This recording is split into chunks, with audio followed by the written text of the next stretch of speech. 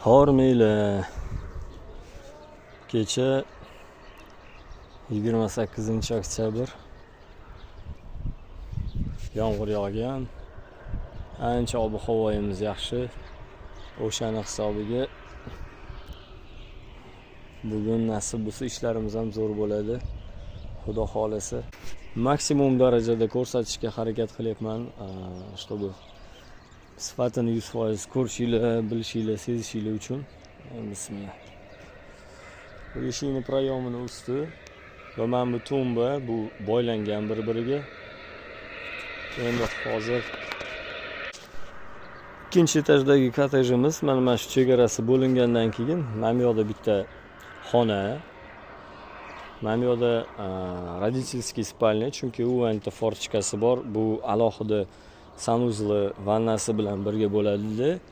Keyin kelaverishimizda bularning hammasidan maqsad nima edi? Masalan, xuddi shunaqa sifatli kottej sotib olmoqchi bo'lsangiz yoki qurish niyatingiz bo'lgan bo'lsa yoki yana nimadir bo'ladigan bo'lsa, o'sha qidirgan yaqinlaringiz, hamkasbingiz, oila a'zolaringiz kimdir bo'ladigan bo'lsa, o'shalarga jo'natib qo'ysangiz bo'ladi. Ular kelib bemalol barcha jarayonlarni ko'rib borsangiz bo'ladi. Mana shu ijtimoiy tarmoqlarga 27-avgustdan buyon qo'yib yuribmiz.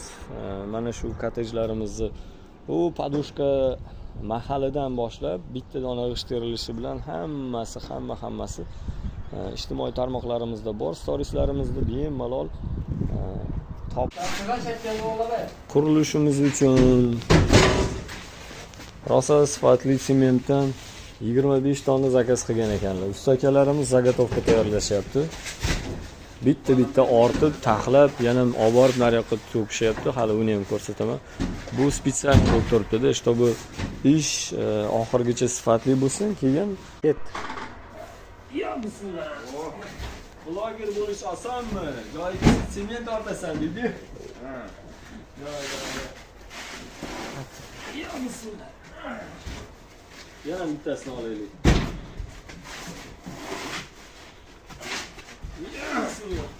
Kimdir sement ortib turganini ko'rib menga yerga tegdi.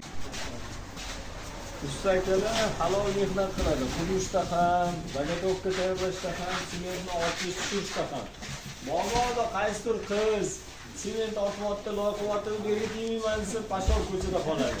Bu hech kimning pulini o'g'irlagani yo'q, hech kimning haqqiga xiyonat qilgani yo'q. Shunday sement ortyapti. Bular halollab topyapti pulini.